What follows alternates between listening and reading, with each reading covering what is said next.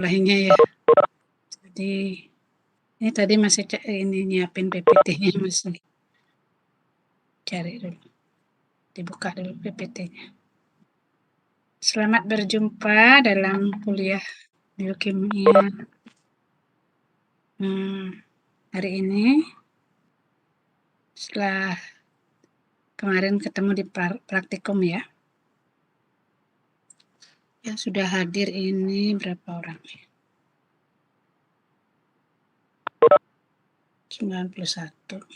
Berarti sudah ini ya, lengkap ya. Hampir lengkap mungkin. Ibu share PPT-nya dulu ya sambil.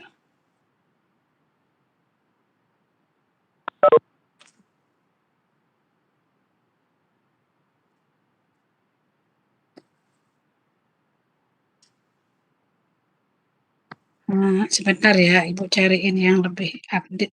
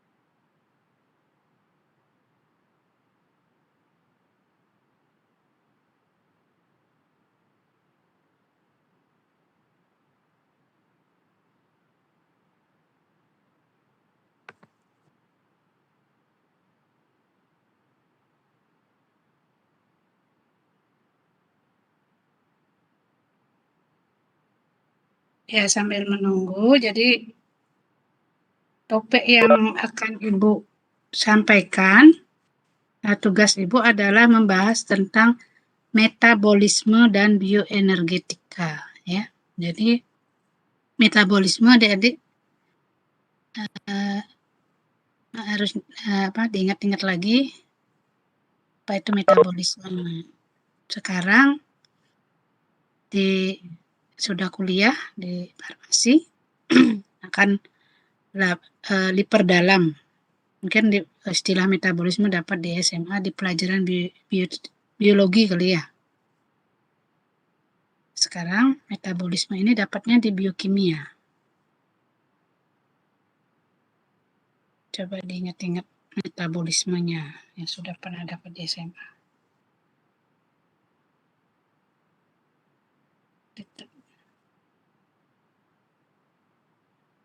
Oke, sudah. Share dulu.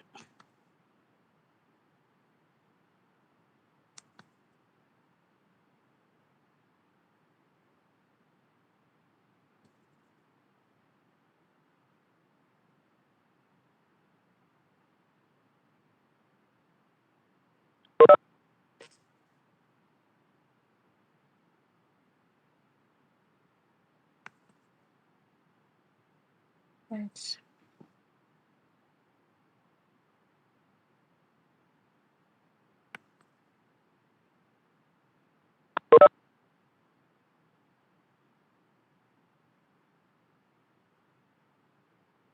Ya.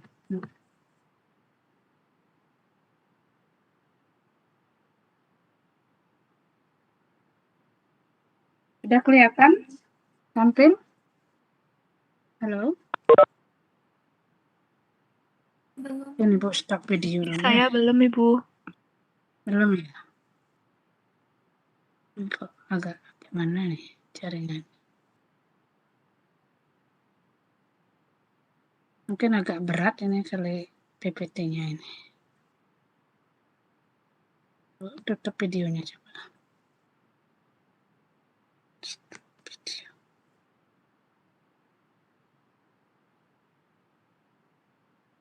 Sekarang udah tampil PPT-nya? Masih belum, Ibu. Belum ya? Tuh, tak tutup dulu.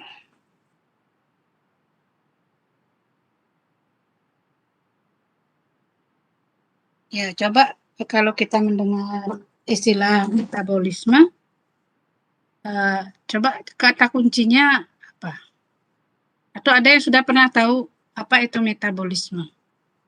Boleh silakan siapa yang Izin berpendapat, Ibu. Oke, silakan. Perkenalkan, nama saya Kak berarti Winem 3.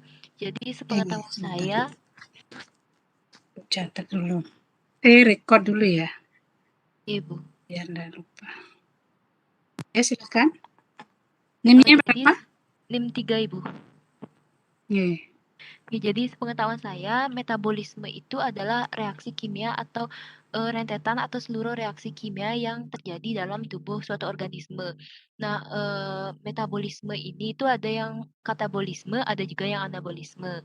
Kalau yang katabolisme itu penguraian senyawa kompleks menjadi senyawa yang lebih sederhana, dan katabolisme ini menghasilkan energi. Kalau anabolisme itu penyusunan kebalikan dari katabolisme, yaitu penyusunan senyawa sederhana menjadi senyawa yang lebih kompleks dan membutuhkan energi. Seperti itu, Bu. Terima kasih.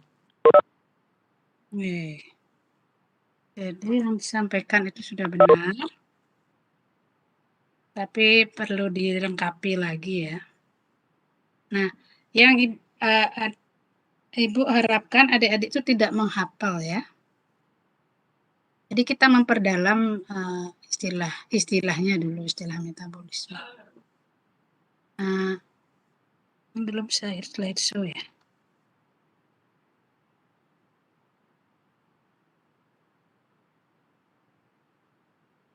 Apa sebenarnya kata kunci dari metabolisme itu kalau adik-adik ini lebih jauh? Ada yang mau berpendapat kata kuncinya apa kira-kira? Jadi mendengar metabolisme itu apa gitu. 2 kata boleh.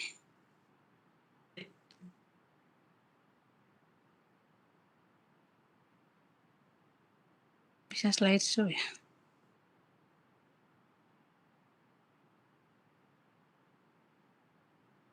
Udah tampil ya PPT-nya Ibu? Sudah, Ibu. Sudah, Bu. Hah? Belum? Sudah. Namun belum slideshow. Sudah ya. Cuman belum slideshow ya. Nggak bisa.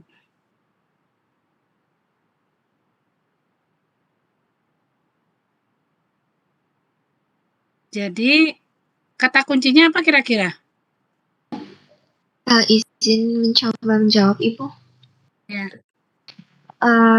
Yang saya ketahui itu metabolisme itu berasal dari kata metabolismos, itu dari kata Yunani, itu artinya perubahan, Ibu. Ya. Perubahan ya. Perubahan itu, nah karena ini mata kuliah biokimia, jadi diarahkan ke kimia. Jadi kan perubahan pada makhluk hidup kan itu ya, karena konteksnya kan metabolisme terjadi pada makhluk hidup. Berarti perubahan apa? Perubahan itu banyak. Nah, itu. Kalau berkaitan dengan kimia, berarti perubahan apa? Disebut dengan apa? Dari sudut pandang kimia, perubahan itu apa? Yang berubah apanya?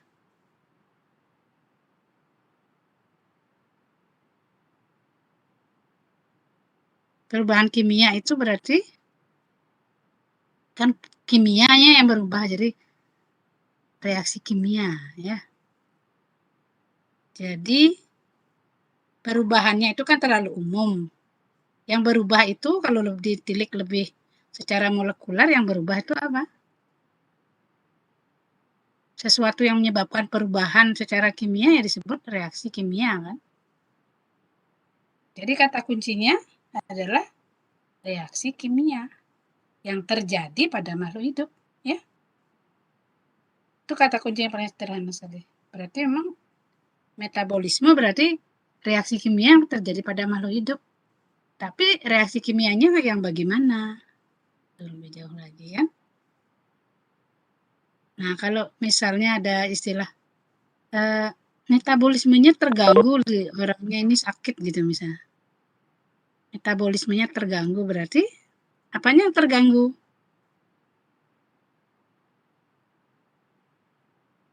Apanya yang terganggu kalau metabolismenya terganggu? Reaksi kimia yang ada di dalam tubuh mungkin, Bu? Ya, jadi reaksi yang semestinya berjalan seperti ini ada yang terhambat atau tidak sesuai tujuannya itu ya, berarti metabolismenya terganggu. Jadi coba belajar lebih ini lagi tentang metabolisme itu sehingga adik-adik itu tidak mendefinisikan metabolisme itu menghafal, enggak gitu ya. Jadi buat kata-kata sendiri berdasarkan pemahaman adik-adik apa itu metabolisme. Kata kuncinya kan reaksi kimia pada makhluk hidup. Nah, itu ya. Jadi lebih dalam lagi. Sekarang adik-adik sudah dapat biokimia harus nambah daripada waktu SMA, ya. Reaksi kimianya yang bagaimana sih sebenarnya di dalam makhluk hidup itu? Kok disebut metabolisme? Gitu kan. Nah ini, kalau mau lebih jauh, misalnya sel itu kan kali ya. Bagaimana sel mengekstrak energi dari lingkungannya? Kok bisa ya? Makhluk hidup itu kan kita untuk dapat energi itu dari mana? Bagaimana kita mendapatkan energi?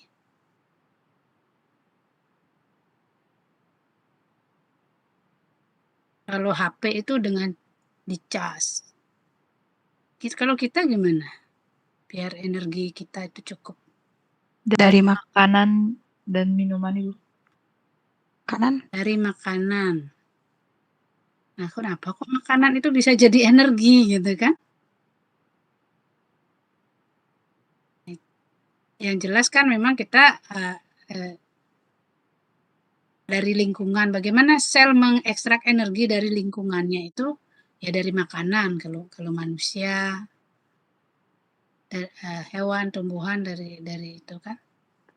Tapi ada juga yang dari makhluk hidup secara umum tuh ada yang cuma misalnya dia tinggal di udara gitu kan.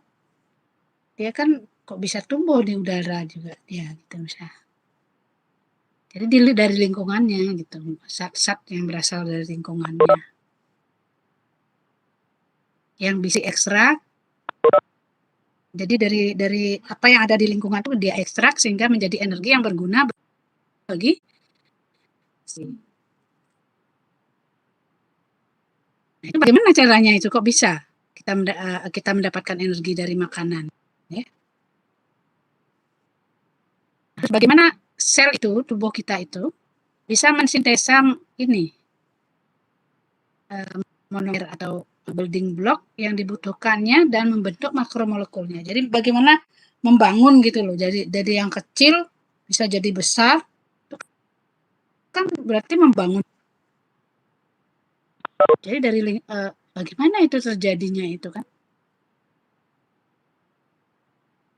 Nah, itu kimia secara molekular itu apa yang terjadi pada makhluk hidup kok bisa eksis di tengah-tengah lingkungannya yang ini yang tidak hidup gitu. Malah dia bisa berkembang biak. Jadi bagaimana terutama yang mensintesis ini kan. Jadi seolah-olah ada suatu proses, pasti ada suatu proses di dalam makhluk hidup itu. Di dalam proses kimianya itu bagaimana sekarang yang bisa menghasilkan seperti sedemikian proses yang sedemikian hebat ya. Padahal makhluk benda-benda lain tidak bisa seperti itu kan. Nah itu dijelaskan oleh apa? Dengan cara apa agar tercapai itu? Diekstrak dari lingkungan terus bisa membuat molekul tubuh kita bisa selain membuat juga ya itulah jadinya tumbuh gitu ya. Ya dengan cara melakukan proses ya. Prosesnya itu adalah disebut metabolisme. Jadi di sini prosesnya seperti apa sebenarnya metabolisme? Yaitu kalau lebih lengkap lagi, metabolisme adalah suatu proses yang melibatkan serangkaian jaringan reaksi kimia yang sangat terintegrasi, ya. Jadi reaksi kimianya itu jaringan gitu. Dan sangat terintegrasi. Terintegrasi artinya apa? Saling berhubungan satu sama lain. Jadi antara reaksi satu dengan reaksi lain itu integrated. Ya, integrated network of chemical reaction. Ya. Enggak bisa satu reaksi itu berjalan sendiri. Sudah saling mereka bisa saling kontrol gitu ya. Jadi serangkaian reaksi yang saling terintegrasi yang itu secara medisnya lah disebut dengan metabolisme, ya. Jadi terbayang adik-adik, jadi ada banyak reaksi kimia saling terintegrasi dan ada suatu jaringan katanya network ya. Jadi saling ini.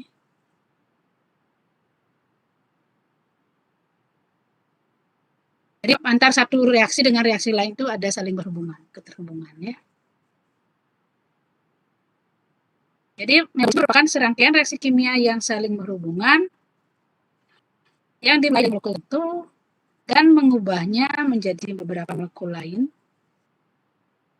atau molekul tertentu yang sangat spesifik. Nah, itu. Ya, bisa ya. Kalau digambarkan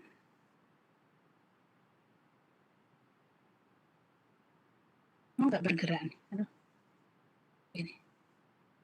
Muter ya. Not responding.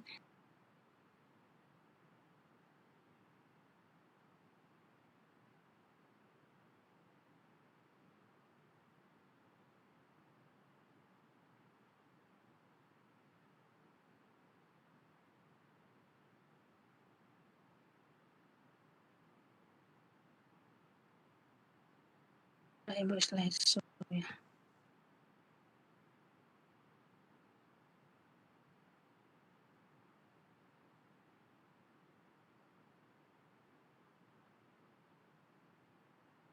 Begini.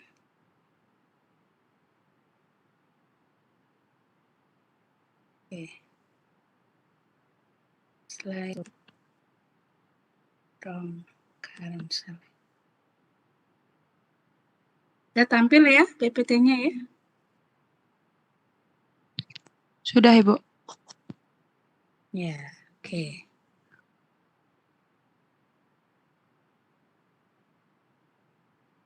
Nah, ini bisa adik-adik lihat? Ada suatu mirip seperti apa ini? Kayak rangkaian listrik gitu ya. Jaringan-jaringan gitu. Ya, ini adalah gambar apa? Ini gambaran seluruh metabolisme global, jadi keseluruhan yang terjadi. Dan makhluk hidup ini baik tumbuhan. Ini secara umum ini, ya. Jadi nanti itu ada bulat-bulat itu, yang lingkaran itu adalah siklus Krebs yang biru di bawah itu ya. Jadi ada jalur metabolisme. Jadi banyak jalur. Biar adik secara umum adik-adik ada tahu dulu. Tapi adik-adik jangan khawatir baru melihat seperti ini. Aduh, saya mau belajar detail kayak gini. Kayaknya nggak menarik apa enggak ini? Ya, inilah yang terjadi pada tubuh kita ya.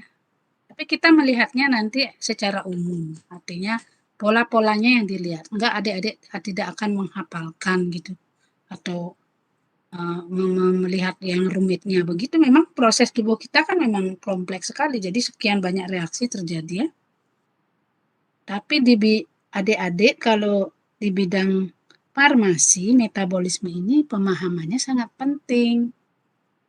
Karena sebenarnya obat, racun itu kan yang adik-adik pelajari.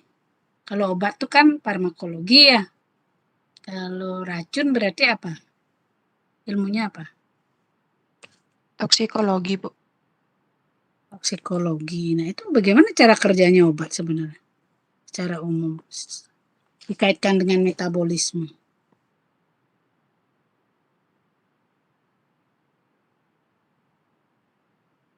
Cara kerja obat apa misalnya? Kaitkan dengan metabolisme. Kalau kita punya obat, tapi kita nggak tahu dia cara kerjanya, mekanisme kerjanya itu sebenarnya belum ini ya,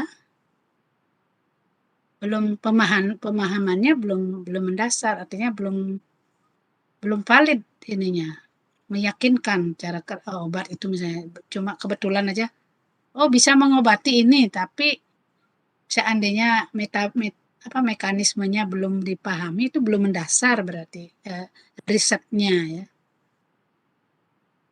Jadi kalau cara kerja obat tuh sampai dipahami secara mendasar, sampai molekularnya itu dipahami, karena obat itu sendiri kan molekul kan. Gimana dia cara kerjanya kok bisa menyembuhkan? Pasti harus dikaitkan dengan metabolisme. Ada yang bisa menjawab cara kerja obat?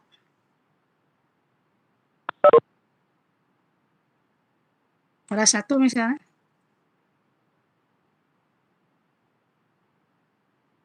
Yo, biar adik-adik lebih dekat dengan farmasi. Atau racun bisa ya? Nah, itu.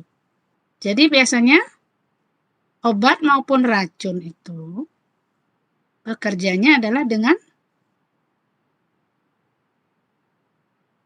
on atau off, meng-on-kan atau meng-off-kan jalur metabolisme tertentu.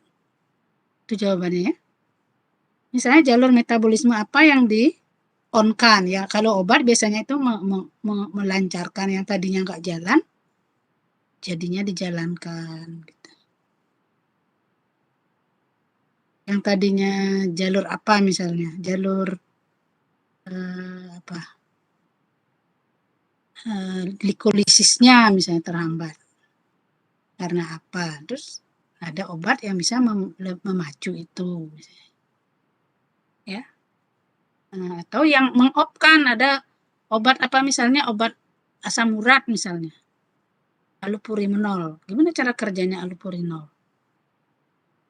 Jalur biosintesa asam uratnya yang dihambat misalnya. Jadi gimana biar asam uratnya tidak dibuat, sedikit dibuat.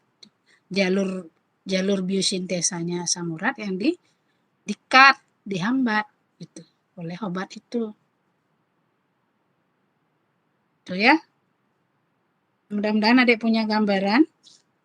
Jadi dari yang sering kita dengar gitu, sekarang dibawa ke biokimia, jadi ke molekulernya. Reaksi, jadi ada proses kimianya yang dihambat ya. Misalnya kalau asam urat lah gitu misalnya.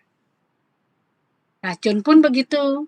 Racun biasanya justru memblok kan proses yang seharusnya, misalnya jalurnya harusnya ke sini, ke bawah ini, terus diblok oleh racun.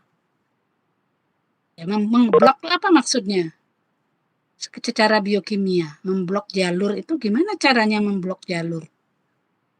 Nah, ini yang dipelajari sekarang.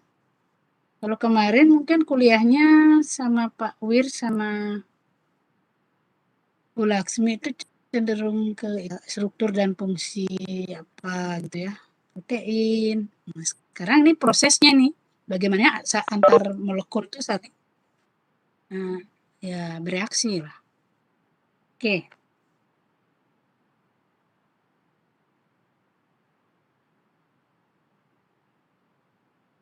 Nah, tadi itu gambar yang tadi agak rumit itu lebih disederhanakan seperti ini. Ini, jadi ini adalah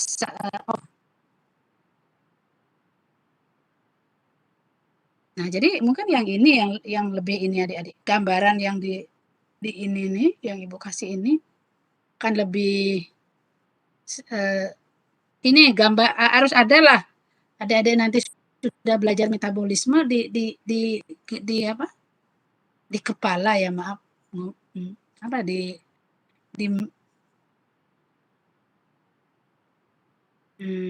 mind in your mind gitu ya. Di pikiran adik-adik itu harus sudah kok ini lagi tampil. Jangan yang ini enggak ini si IPA juga enggak hafal ini. Enggak harus hafal sih. Tapi gambarannya ada gitu. Nih,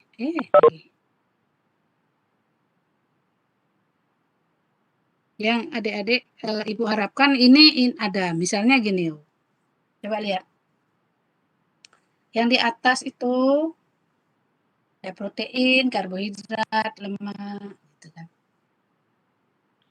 Terus ke bawah, nah itu ya. Nanti baru Ibu secara detail. Jadi nanti kalau sudah selesai belajar metabolisme, coba balik lagi ke sini. Balik lagi ke gambar ini. Oh, saya sudah tahu ini loh. Oh, begini. Ini loh sebenarnya main apa istilah? Overview-nya gitu ya.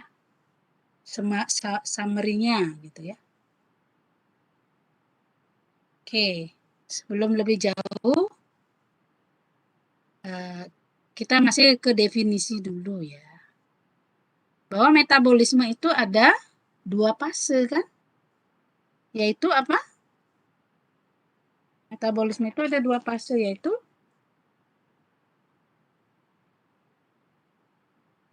Udah bisa menjawab?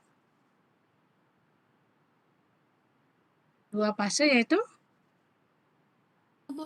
katabolisme dan anabolisme ya. Oh ya, Diantari. Tapi gak kedengeran suaranya. Nah, sekarang kita mau membedakan apa bedanya katabolisme dengan anabolisme.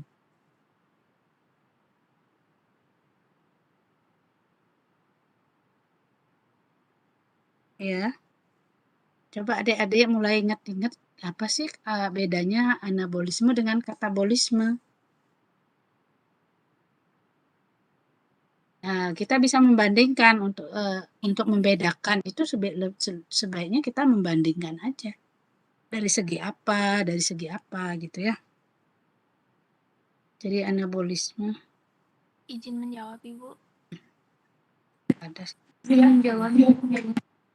Oh iya. Sorry. Silakan siapa? Diantari suaranya masuk. NIM-nya nomor? Oh, ini 51 siapa nih? NIM 51 Yaya Nasri, Ibu. Ya, silakan. Baik, mungkin Ya, sedikit nanti saja. yang 24 silakan. Baik, Ya, Ibu, terima silakan. kasih atas kesempatan. Mungkin sedikit saja yang saya yang saya paham dari Bedanya metabolisme. Iya, Ibu, yang saya paham dari anabolisme dan silakan. katabolisme itu, untuk anabolisme itu prosesnya tidak membutuhkan oksigen, akan tetapi dia itu menggunakan energi yang energinya itu cukup besar. Nah, tetapi kalau katabolisme itu prosesnya membutuhkan oksigen dan dia tuh melepaskan energi, jadi menghasilkan energi seperti itu. Terima kasih.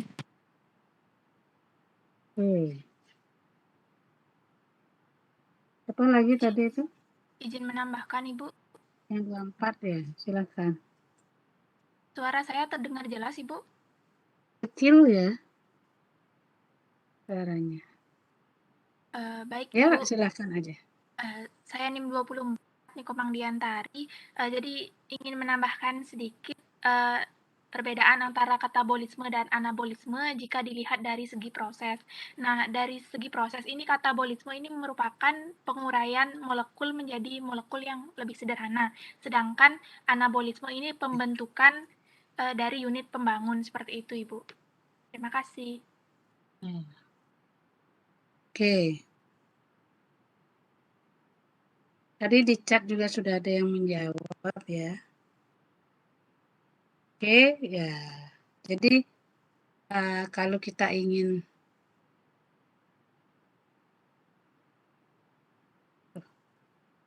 mana ya? Membandingkan antara katabolisme dengan anabolisme, kita lebih baik melihat dari beberapa segi. Apanya yang dibandingkan misalnya? Kalau dari segi prosesnya bagaimana? Tadi udah ada tampil tuh. Nah, ini. Jadi secara umum dapat kita bandingkan proses-proses katabolisme dengan anabolisme. Dari segi prosesnya, aduh, kok ini yang tampil?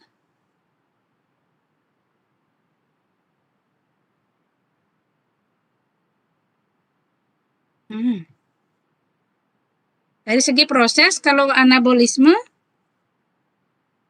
kata kuncinya apa kalau anabolisme? Anabolisme Dari itu segi proses. pembentukan, Ibu. Pembentukan. Nah, kata pembentukan ini sinonimnya apa ya? Untuk anabolisme. Mungkin penyusunan atau sintesis, Ibu. Pembentukan, oke. Oke, jadi pembentukan, penyusunan, pembuatan, atau sintesis. Sintesis ini kalau terjadi pada makhluk hidup disebut dengan istilah, kalau proses sintesisnya terjadi pada makhluk hidup disebut istilah biosintesis, ya. Jadi biosintesis. Jadi nanti kalau ada anabolisme asam lemak gitu berarti jalur anabolisme asam lemak berarti apa? Istilah lainnya? Jalur pembentukan. Ya, itu siapa itu? Suaranya Biosintesis asam bergaung. lemak, Ibu. Asam lemak, Ibu. Ya, jalur biosintesis asam lemak itu anabolisme asam lemak. Sekarang kalau jadi membuat asam lemak, sekarang jalur katabolisme asam lemak berarti prosesnya apa kalau katabolisme? Kata kuncinya. Penguraian, Ibu. Dari segi proses Perombakan, loh. Ibu. Perombakan, penguraian, sama ya. Ada lagi istilah lain untuk perombakan, penguraian? Ada yang tahu? Pemecahan, Ibu. Pemecahan boleh. Ada lagi? Katalisis, Ibu.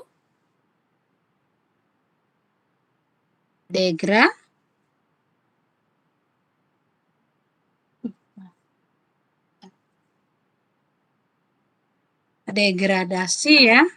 Oke, itu deh. Jadi kalau misalnya degradasi asam lemak berarti dipecah ini, atau degradasi lemak misalnya biar kurus gitu, biar langsing proses, dipaculah proses degradasi lemak dalam tubuh gitu misalnya. Berarti apa? Istilahnya apa kalau degradasi lemak? Istilah kerennya, istilah untuk biokimianya berarti katabolisme asam lemak, gitu ya. Sehingga jadi energi misalnya di lemak dipecah. Dipecah itu pengertiannya ya mengalami katabolisme ya. Oke, itu ya.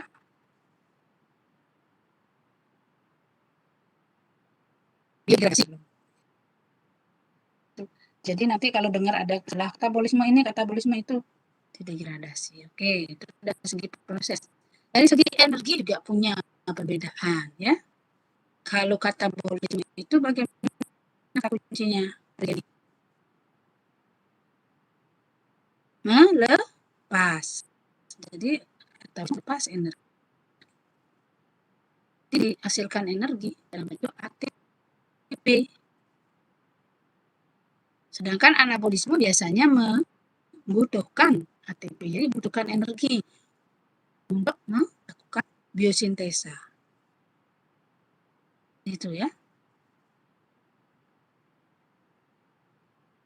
Yang ketiga itu dari segi pola.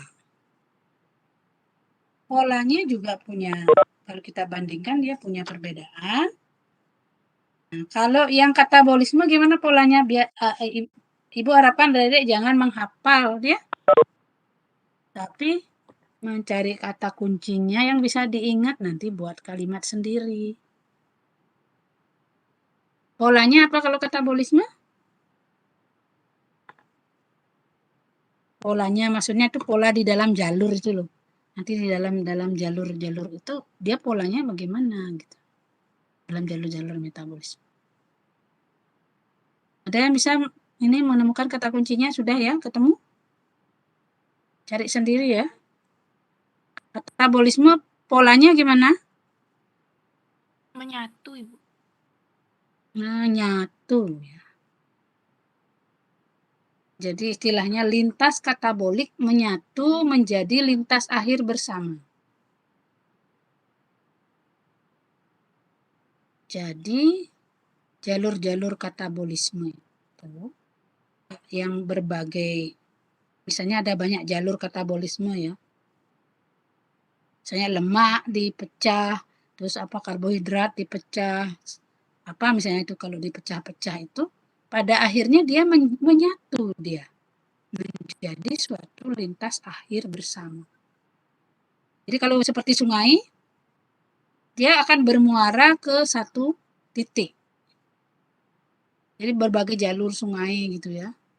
Ya masing-masing jalur itu jalur katabolisme yang awalnya itu apa, jadi senyawa apa di awal.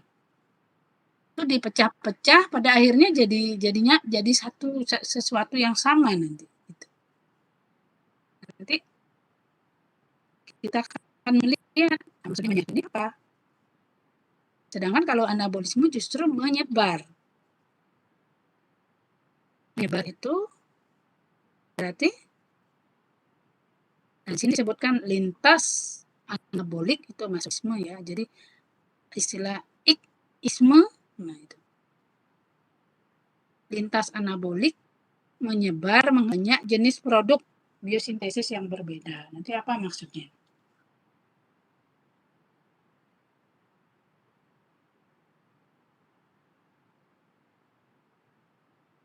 Jadi menyatu, ini menyebar. Kalau menyatu itu apa? Istilahnya apa? Ini bisa dilihat seperti ini. Gambarannya biar lebih jelas ya. Berarti apa? Yang mana anabolisme, mana katabolisme kira-kira ini? Yang sebelah kiri itu anabolisme apa katabolisme?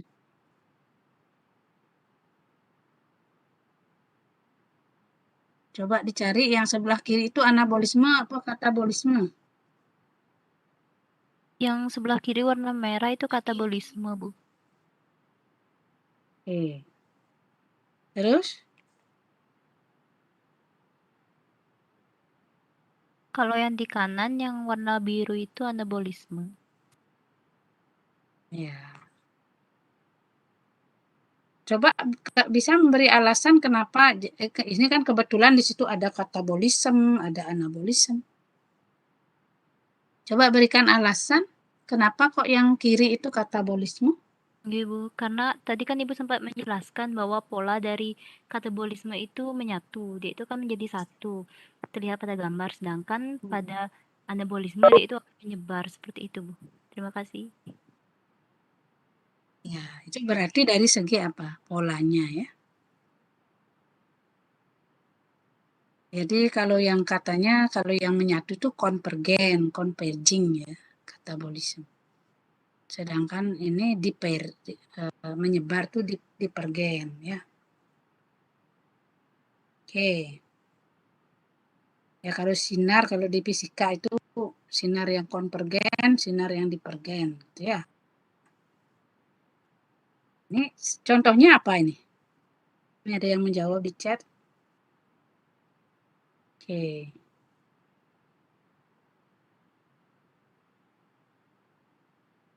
Ya. Silahkan boleh menjawab di chat. Apa? Coba lihat yang menyatunya itu maksudnya apa? Contohnya apa misalnya? Jadi berbagai jenis senyawa yang didegradasi itu setelah mengalami degradasi beberapa tahap degradasi pada akhirnya menjadi nyatu itu apa yang dimaksud nyatu? Menyatu artinya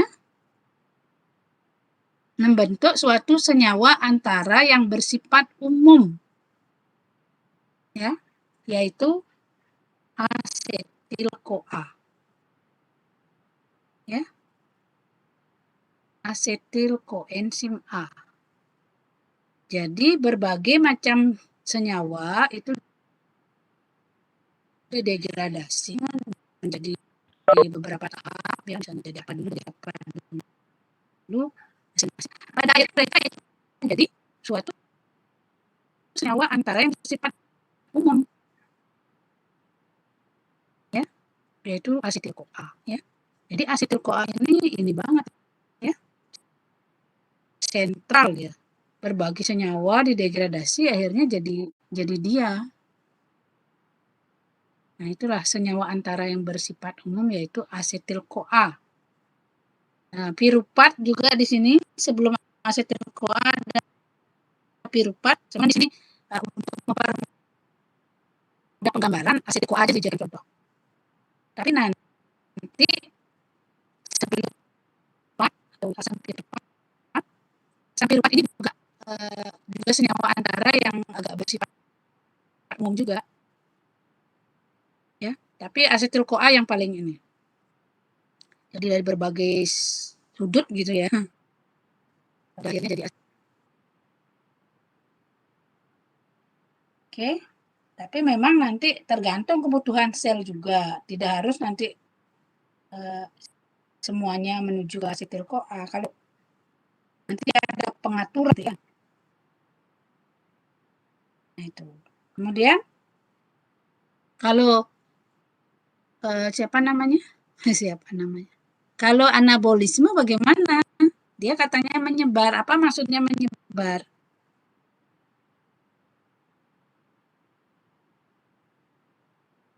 Ini jelas sekali kelihatan di sini bahwa dari satu jenis senyawa prekursor atau senyawa asalnya itu bisa berubah menjadi berbagai macam produk. Jadi produk yang spesifik, ya. Jadi asalnya di awalnya itu dari senyawa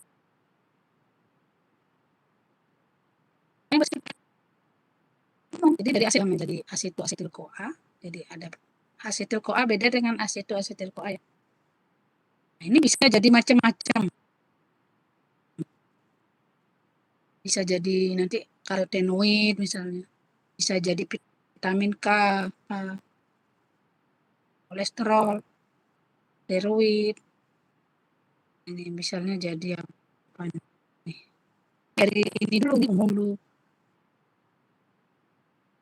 Terus ke lebih spesifik. Nah, ini bisa jadi karet nih, rubber. Bisa jadi apa dan seterusnya. Bahkan nanti ada yang disebut dengan metabolit sekunder, ya. Nah, yang Ibu jelaskan di dalam kuliah biokimia ini hanya metabolisme jalur utama atau jalur primer. Nanti ada yang disebut dengan metabolisme jalur sekunder, ya. Khusus untuk metabolisme jalur sekunder itu tidak Ibu jelaskan, tidak. Tapi adik-adik hanya diharapkan bisa membedakan apa bedanya metabolisme jalur primer dan metabolisme jalur sekunder. Ya. Dan itu akan kita jadikan tugas. Jadi ingat kuliah biokimianya hanya fokus di metabolisme jalur primer. Jadi ini jalur primer. Misalnya ini. Yang jalur primer itu yang tadi itu. Ini jalur primer ini.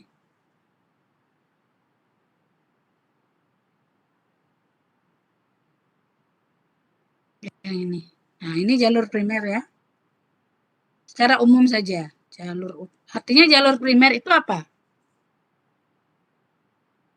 Jalur yang terjadi pada semua jenis makhluk hidup secara umum ya.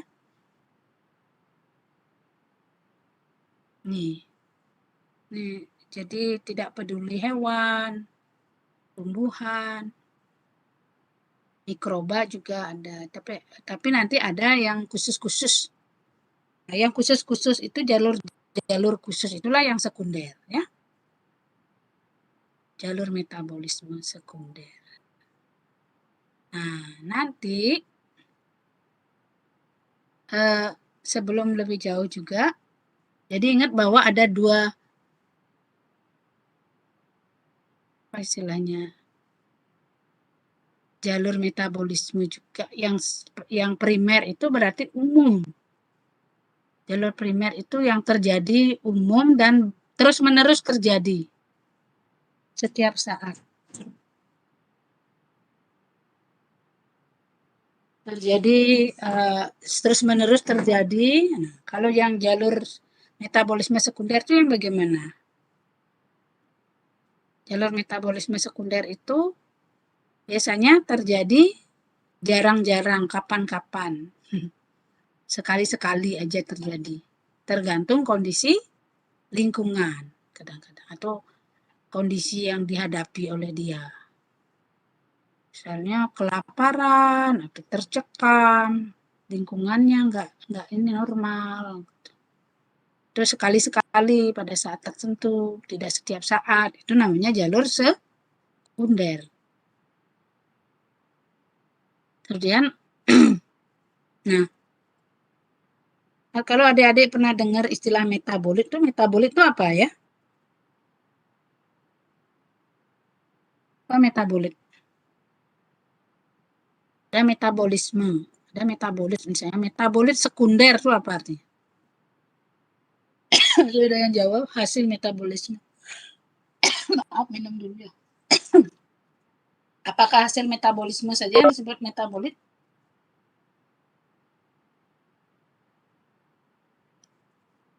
Hasil dari metabolisme.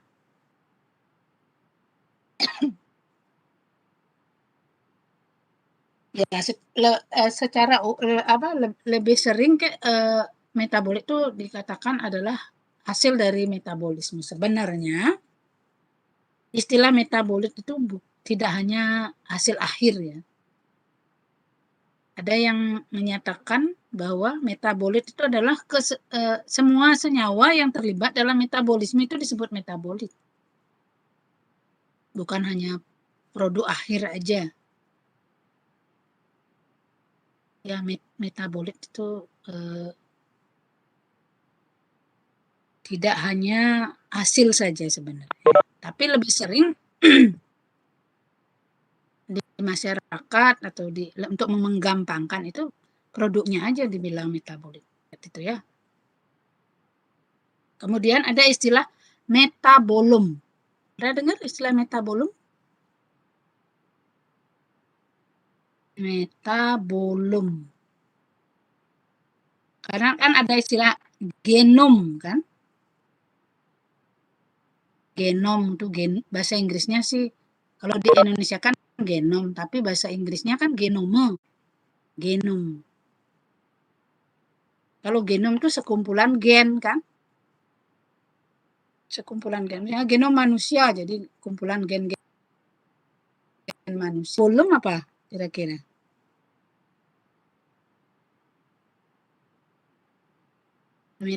metabolum. Jadi nanti adik-adik akan ini. Saya bisa menjawab atau pernah dengar? Metabolum, tulisannya metabolum bahasa Inggrisnya. Metabolum adalah itu siapa? Sekilas aja terlihat karena Ibu ini.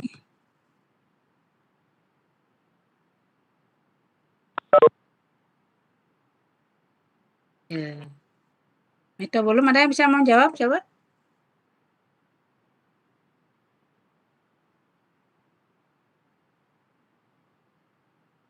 Metabolum adalah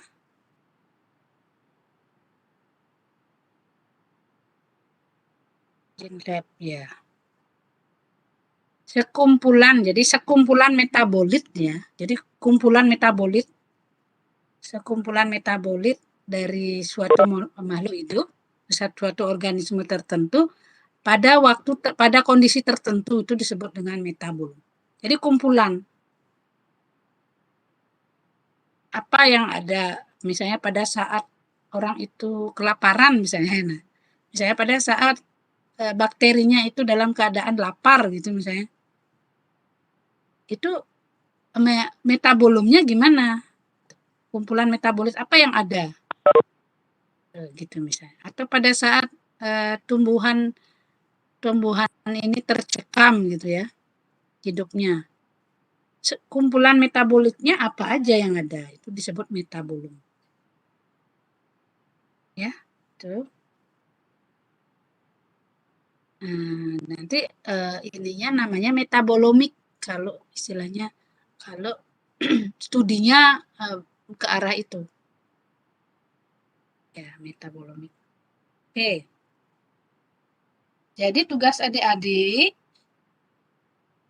adalah sebagai tugas individu membuat tabel perbandingan antara metabolisme jalur primer dan metabolisme jalur sekunder.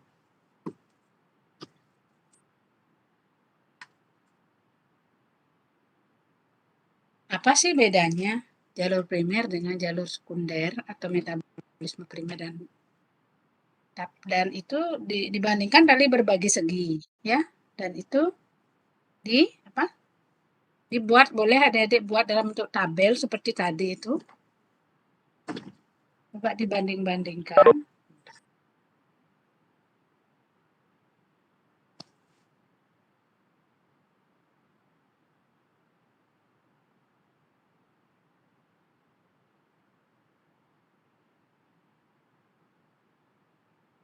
Jadi dibandingkan.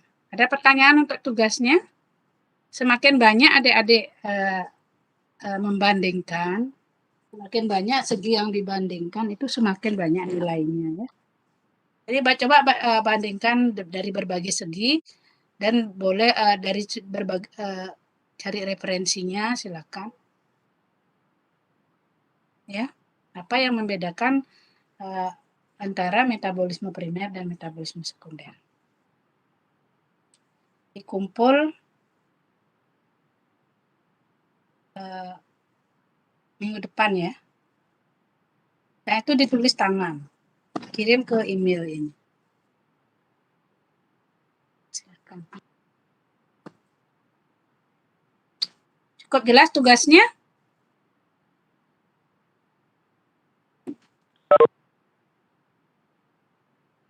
Kalau ada pertanyaan silakan.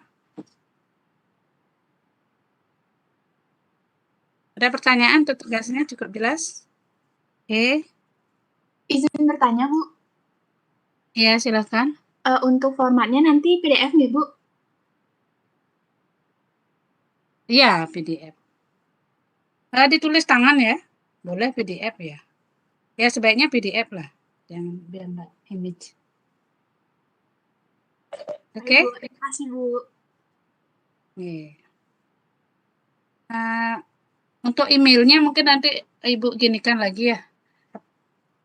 Atau kalau mau ya Ibu pengennya sih dikumpul ke kormanya boleh ya. Gimana ya? Tapi nanti. Soalnya ini apa banyak email Ibu jadinya penuh kadang.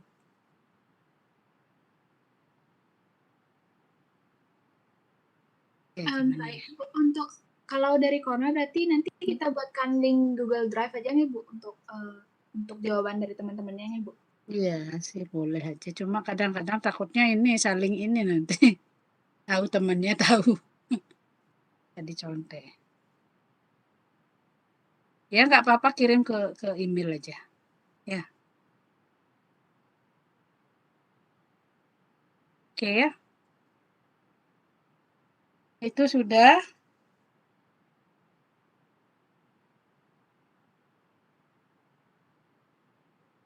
Nah, khusus untuk jalur katabolisme,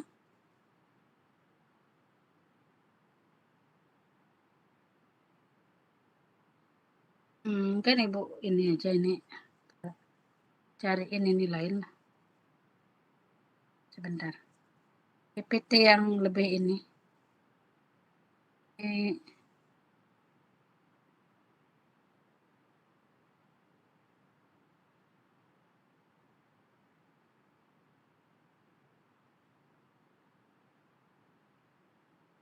Caranya keluar.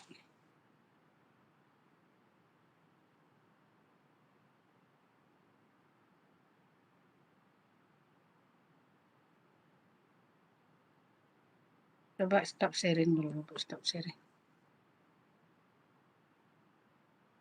Ibu carikan PPT yang lebih ini, biar bahasa Indonesia lebih mudah dipahami.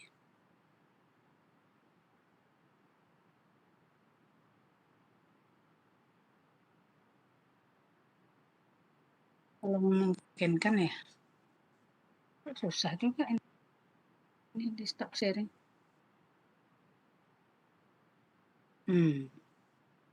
Coba Ibu cari ini, tutup dulu.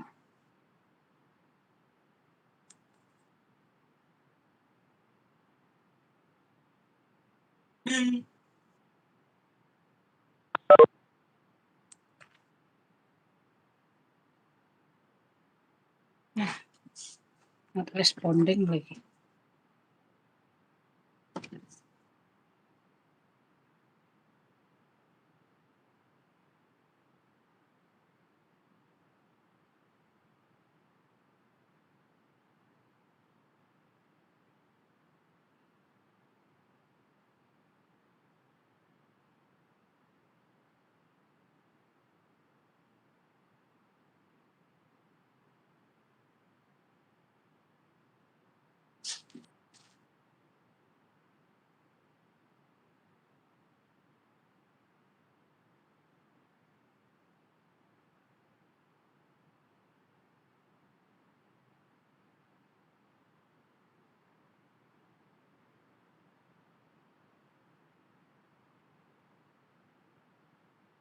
Katabolisme.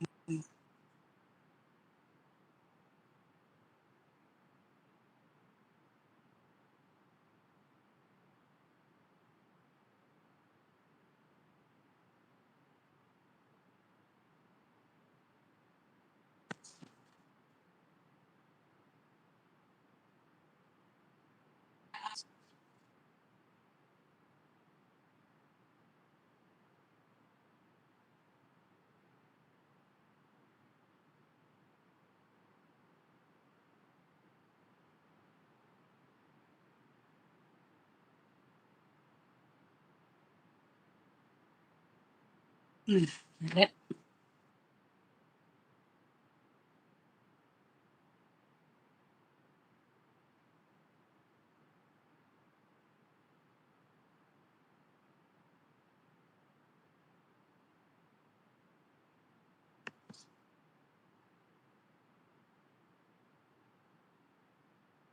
Ya, biar enggak ini. Jadi Ibu akan menjelaskan bahwa contoh lebih detail sedikit untuk katabolisme. Katabolisme ini dibagi, katabolisme itu terjadi bisa secara aerob maupun anaerob. Kalau aerob itu berarti apa? Kalau kebetulan cukup oksigen, ya. Jadi kalau cukup oksigen maka disebut dengan katabolisme aerob. Nah, tapi kalau kurang oksigen atau hampir tidak ada oksigen itu jalurnya bisa beda. sama-sama katabolisme, tapi jalurnya bisa berbeda.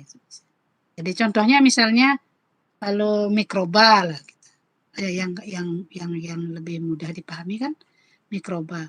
Kalau mikroba dalam keadaan aerob, metabolisme akan berbeda dengan kalau dia dalam keadaan anaerob kan gitu. Termasuk juga manusia bisa seperti itu. Kapan kita anaerob kondisi kita? Tidak ada ya. Jadi begitu. Jadi jalur itu juga tergantung pada kondisi. Ngapain nih Bu tutup? Sudah terbuka tadi.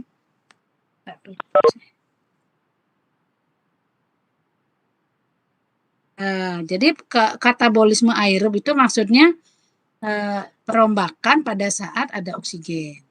Ini Ibu akan menjelaskan tahap-tahapnya secara umum, ya.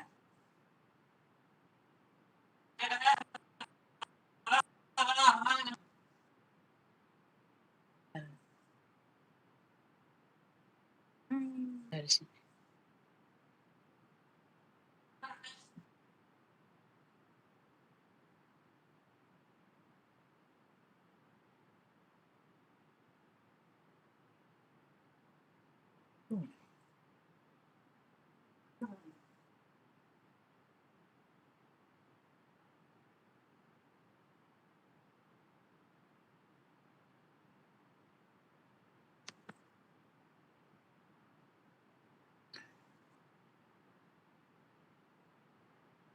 PPT-nya kok.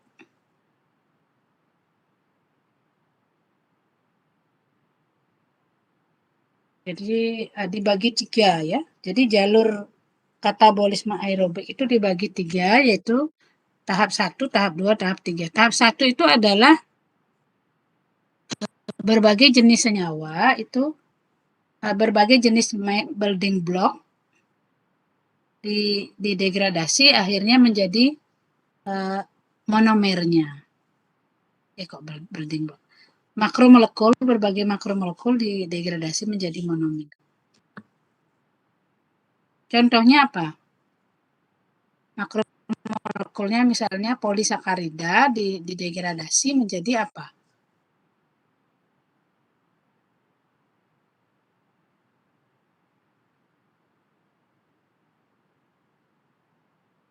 Nah, ini misalnya.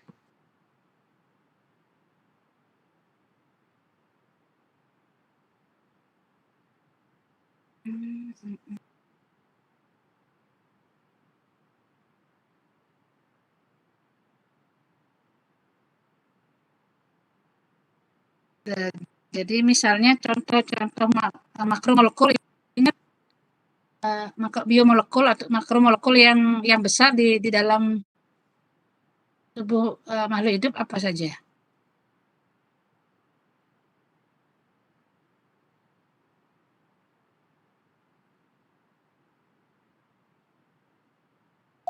Yang poli-poli itu loh. Polimer itu ya. Izin menjawab.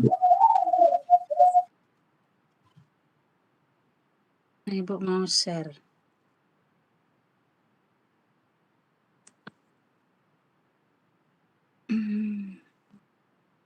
Share.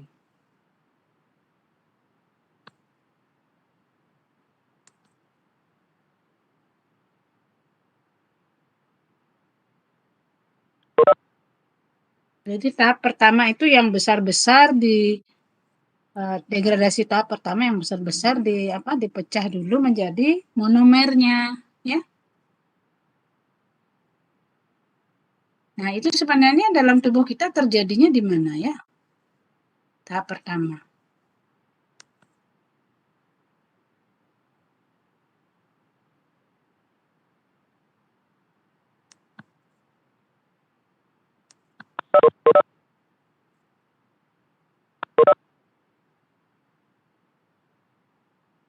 Slideshow.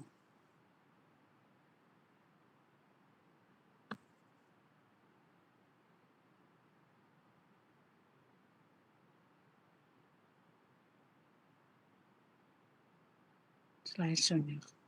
Sekali.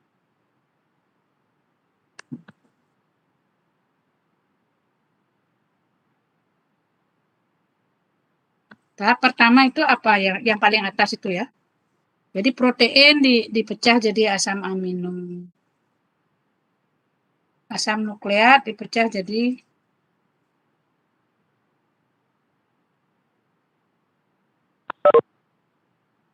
slide sorry.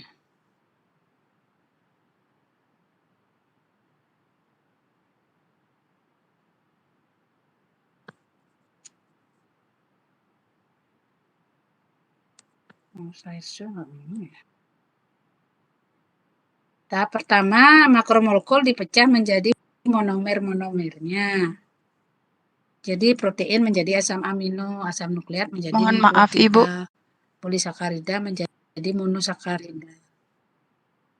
Ya, udah tampil ya? PPT-nya belum PPT-nya? terlihat, Ibu. Gimana? Oh, belum ya. Di Ibu sudah ini. Ya, lihat ya.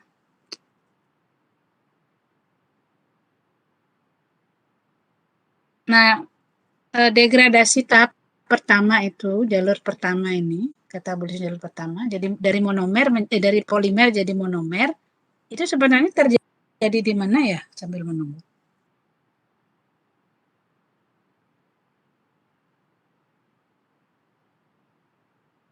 Misalnya, protein diubah menjadi asam amino.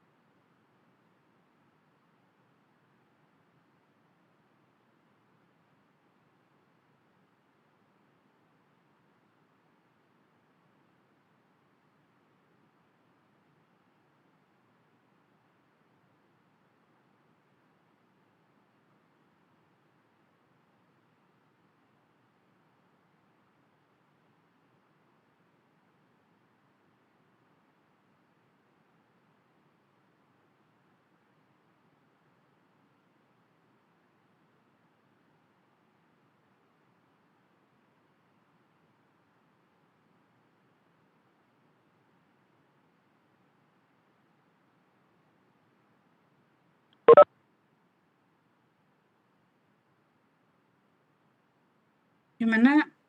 Share PPT.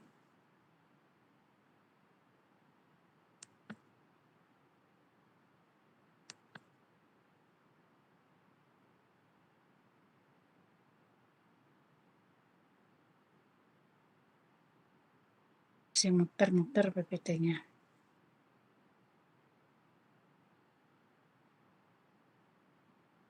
Oke. Masih muter-muter.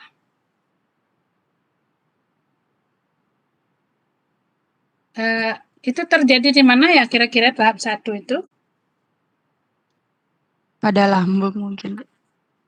Pada lambung. Lambung itu merupakan bagian dari proses apa? Alat-alat apa? Organ-organ apa?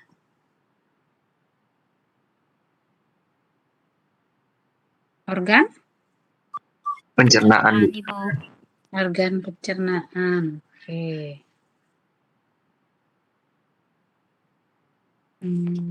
Berarti kira-kira bagaimana? Tahap 1 itu terjadi dalam proses apa?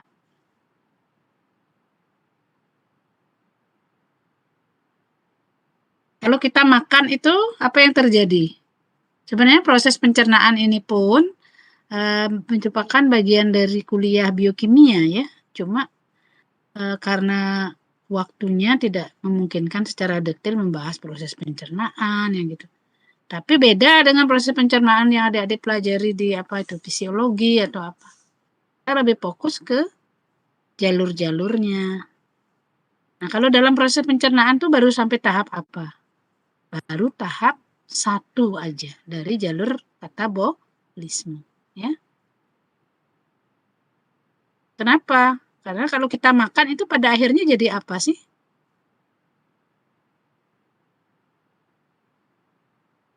Sebelum batas akhir dari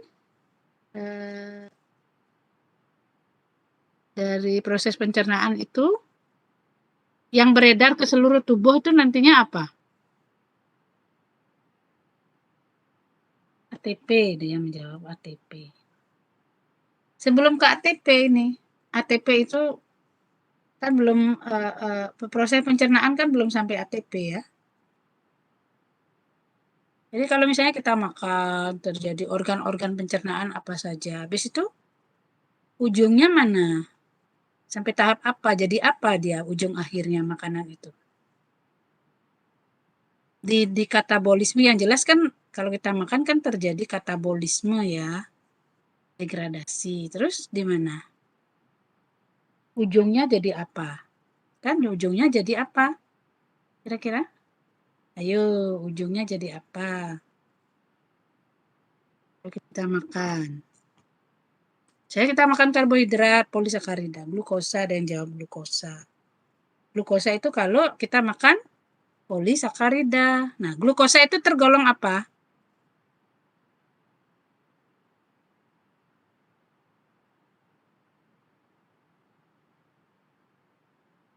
Karbohidrat, ada yang jawab karbohidrat.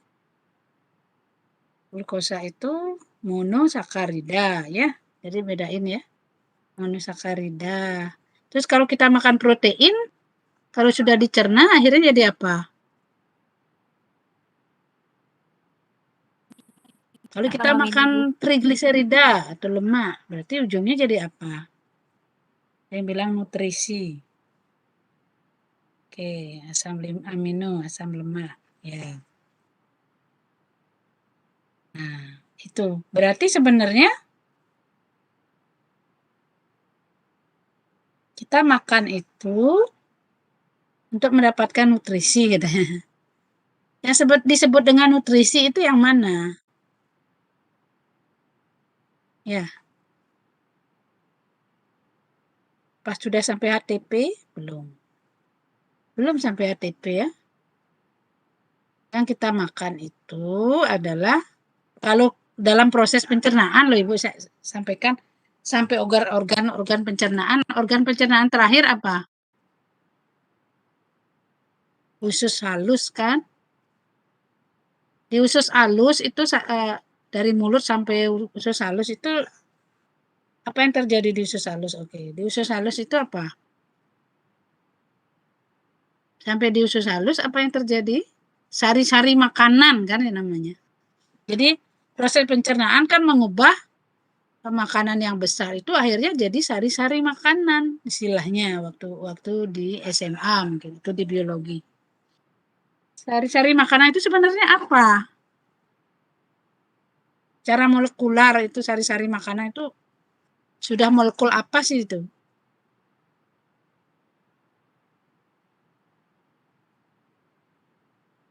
Monomer, benar. Jadi sudah jadi monomer atau building block istilahnya. Building block itu namanya monomer. Jadi nanti ada mungkin adik-adik baca di buku-buku biokimia, ada di e-book gitu ya. Itu monomer itu disebut dengan building block ya. Biar adik-adik nyambung nanti baca e-book yang biokimia nanti apa gitu. Ya ini asam amino nukleotida. Jadi kalau protein monomernya ya asam amino. Asam nukleotida, asam nukleat itu kan polinukleotida. Jadi monomernya nukleotida, polisakarida, monosakarida. Kalau lipida apa monomernya? Building blocknya dari lipida apa? Gliserol dan asam lemak kan? Meskipun lipida itu bukan polimer, tapi penyusunnya apa kan? Gliserol dan asam lemak. Itu diingat ya. Nah, jadi pada saat proses pencernaan cuma sampai di sini aja. Setelah itu apa yang terjadi kalau sudah terjadi proses pencernaan? Sampai di usus halus apa yang terjadi?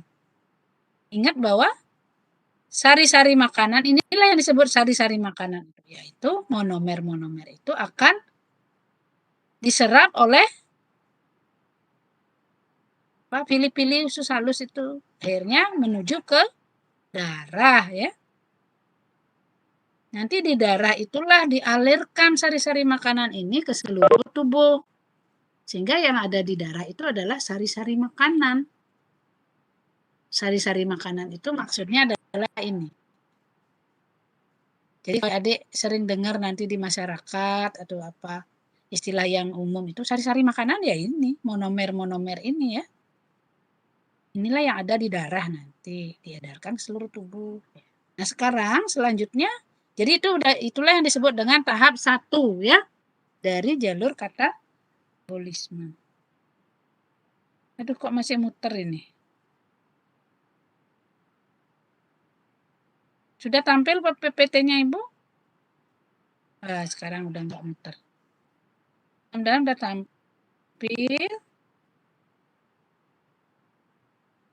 Ibu akan menampilkan yang ini.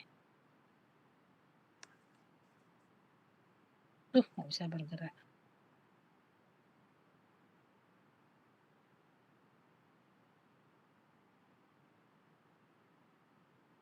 Tiga tahap katabolisme. Tahap 1 seperti itu. Coba Ibu slide 1 ya. From current site. Ya, sudah tampil ya. Tahap pertama itu adalah makromolekul sel dipecah menjadi molekul unit pembangun atau monomernya. Jadi misalnya polisakarida dipecah menjadi monosakarida. Udah ya, udah cukup jelas ya tahap 1 ya.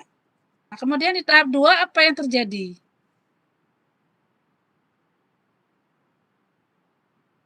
Di tahap 2 apa? Jadi berbagai produk dari tahap 1 dikumpulkan dan diuraikan menjadi produk yang bersifat umum. Nah, disinilah mulai menyatu dia. Tadi kan belum menyatu ya. Di tahap 2 ini mulai terjadi penyatuan.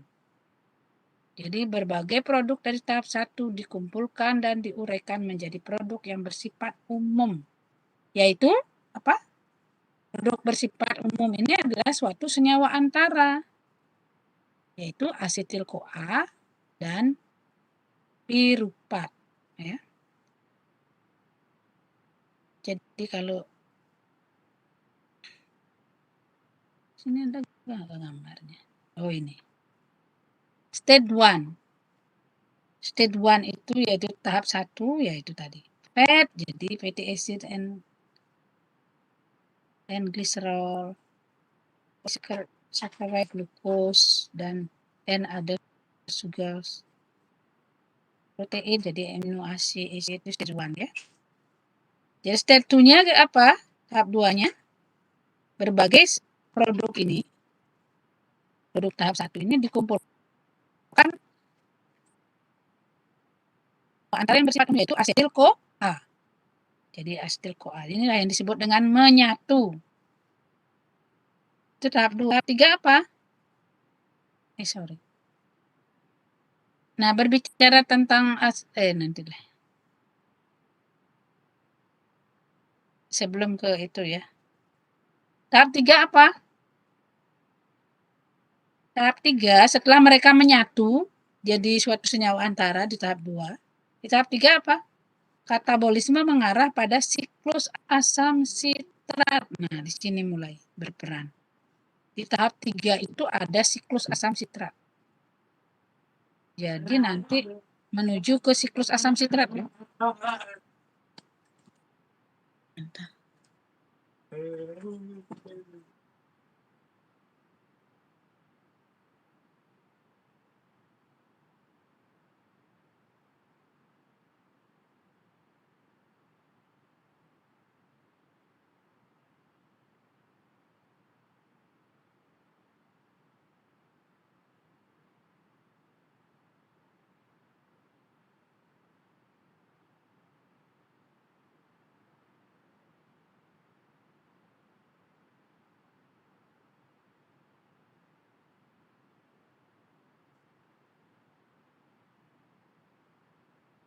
Maaf, Ibu lanjutkan lagi.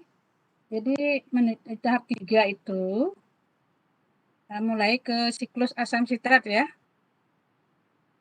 Nah, di siklus asam sitrat di tahap 3 ini katabolisme mengarah pada siklus asam sitrat dengan pembentukan hanya 3 macam produk akhir. Jadi ini tahap 3 ini kan tahap akhir. Jadi pada akhirnya semuanya itu harus menjadi ini CO2, O, amonia, dan satu lagi ada nih oksigen yang belum keluar deh. Jadi O2. OMG. Jadi nanti karena didegradasi ya, akhirnya harus jadi ini. Jadi CO2, H2O, amonia, dan oksigen. Kan sudah dipecah jadi ya bisa dibilang molekul-molekul sangat kecil ya. Di dalam tahap 3 ini gugus asetil dari asetil-CoA. Jadi asetil-CoA itu bagian gugus asetilnya diberikan masuk ke dalam ngantuk banget loh.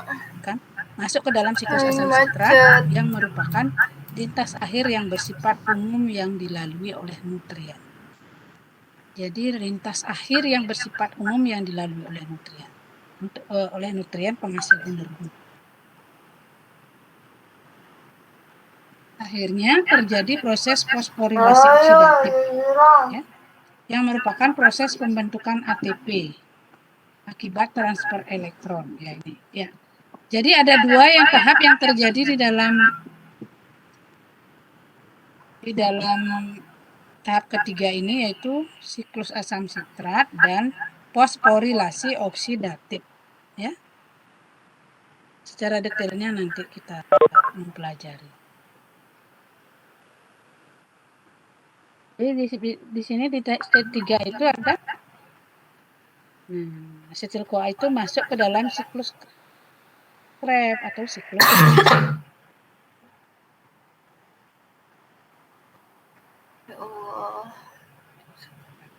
asetil-CoA yang masuk gugus asetil saja ya. Baru masuk menuju ke fosforilasi oksidatif atau oksidatif fosforilasi. Itu namanya step 3 ya.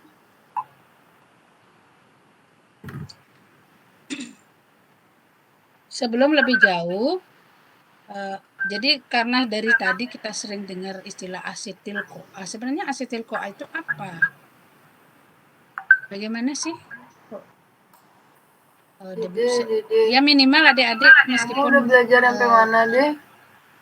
Enggak hafal ya, tapi asetil-CoA itu senyawa yang paling sering terdengar dalam istilah metabolisme, karena dia merupakan senyawa antara yang bersifat umum. Harus tahulah strukturnya paling enggak secara umum.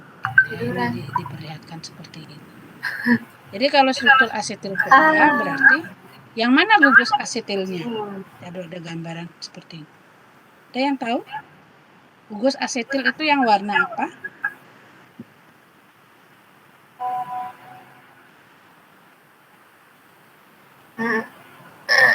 Berwarna pink. Oke.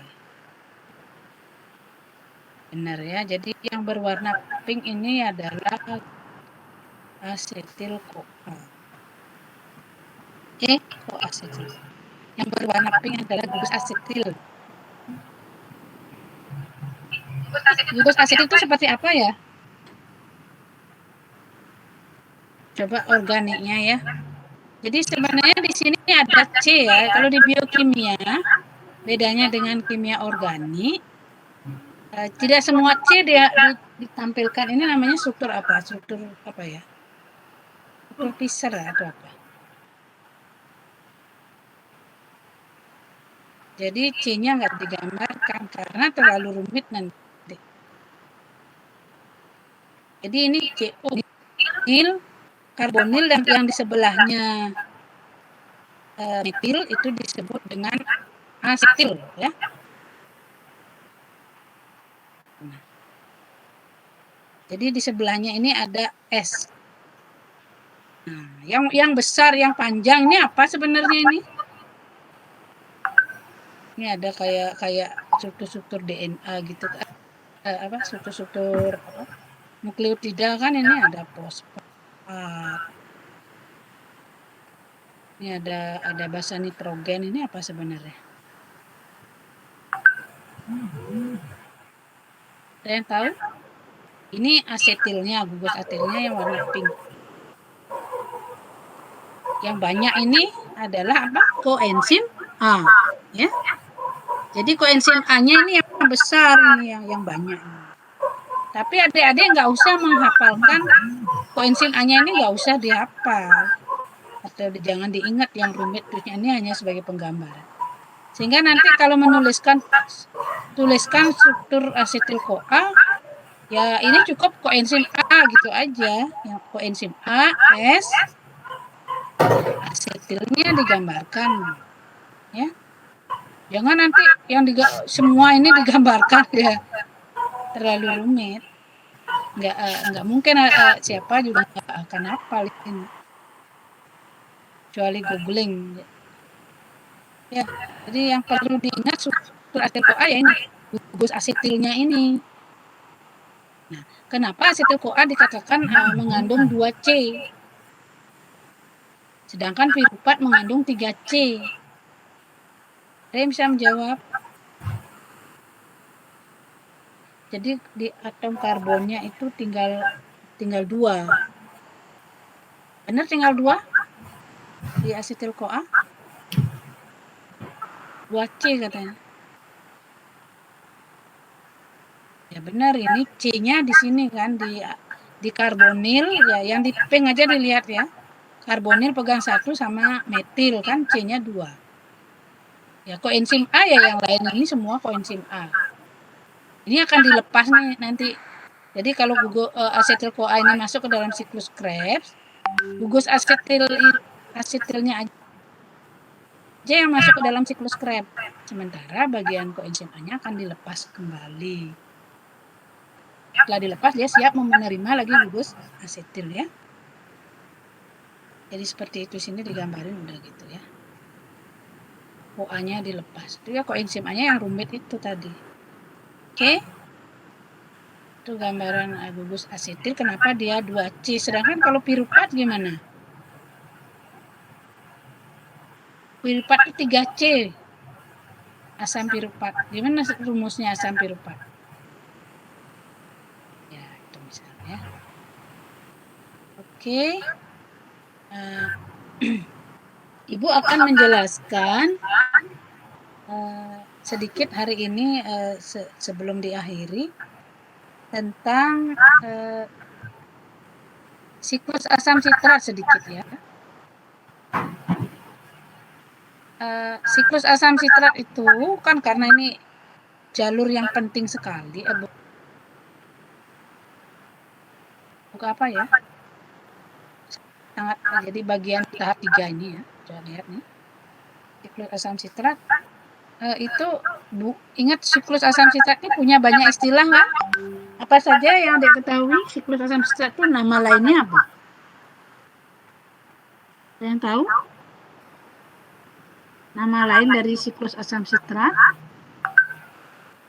Siklus Krebs. Bu. Siklus Krebs. Oke. Kenapa disebut siklus Krebs? Penemunya adalah Mr. Krebs. Tapi beda dengan Mr. Krebs. Krebs di itu ya. Di SpongeBob kan ada Mr. Krabs. Beda ya. siklus Krebs. Nama lainnya lagi apa? Siklus asam sitrat, siklus Krebs, dan nama lain? Yang tahu lagi?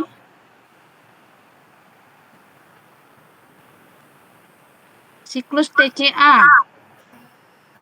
Ya, bisa dicatat nama lainnya siklus TCA. Nanti suatu saat ketemu jalur-jalur ini terus nyebut-nyebut siklus TCA itu ya siklus Krebs.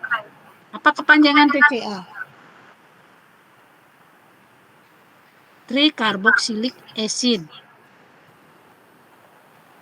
Ya. Tricarboxylic acid, atau bahasa Indonesianya apa? Tricarboxylic acid. Asam trikarboksilat, ya.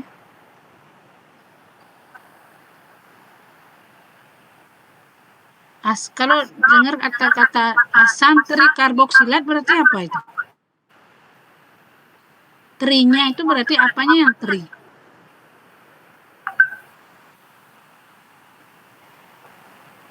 Jadi minimal yang begini-begini adik-adik hafal gitu lah. Enggak harus adik-adik nanti hafal siklus asam sitrat gitu. Jadi belajar metabolisme enggak begitu. Karena enggak akan sekarang kan apa-apa bisa di googling. Tapi polanya yang harus belajar adik-adik itu mencari polanya apa itu. Kalau itu dapat nanti gampang. Detail-detailnya kan sudah semua ada sekarang. Mau cari siklus asam sitrat apa? Tapi coba cari inti-intinya itu apa itu. Jadi itu yang, dan itu bisa dikaitkan dengan konsep lainnya. Itu caranya belajar sekarang adik-adik ya. Apa? Kenapa disebut siklus asam sitrat?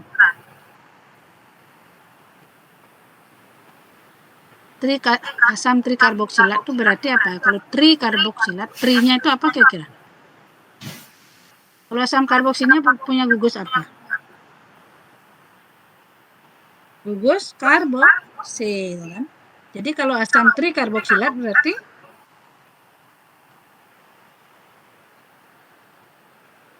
asam trikarboksilat, asam karboksilat yang punya 3 gugus karboksil. Ya. Jadi ada 3 gugus karboksilnya.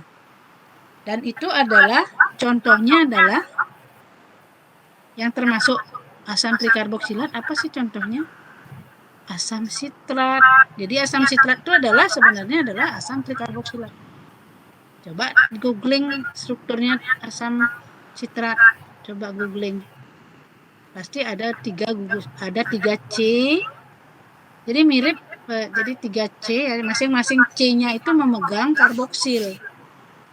Ini gampang. Tapi ada UH sedikit, ada 1 UH. Asam trikarboksil, asam sitrat. Nah, asam sitrat ini adalah tahap pertama dari hasil pembentuk penggabungan antara asetil-CoA dengan ini. Jadi tahap 1 dari siklus asam sitrat itu adalah asam sitrat. Nah, ini disebut dengan siklus asam sitrat. Ini biar adik-adik ini ya. Mohon maaf, Bu. Nah, Mohon maaf menyela, Bu, untuk waktunya sudah asam sitrat ini secara detail. Apa sih itu? Ya? Oh ya, waktunya sudah habis ya. Oke. Nanti akan kemungkinan mestinya ada yang dapat tugas kelompok sitrat ya. Secara detail. Oke. Untuk yang berikutnya karena waktu sudah habis kita lanjut minggu depan ya. Oke. Oke, udah lewat 3 menit. Oke. Jadi kita lanjutkan minggu depan ya. Terima kasih atas perhatian adik-adik. Kita lanjut minggu depan.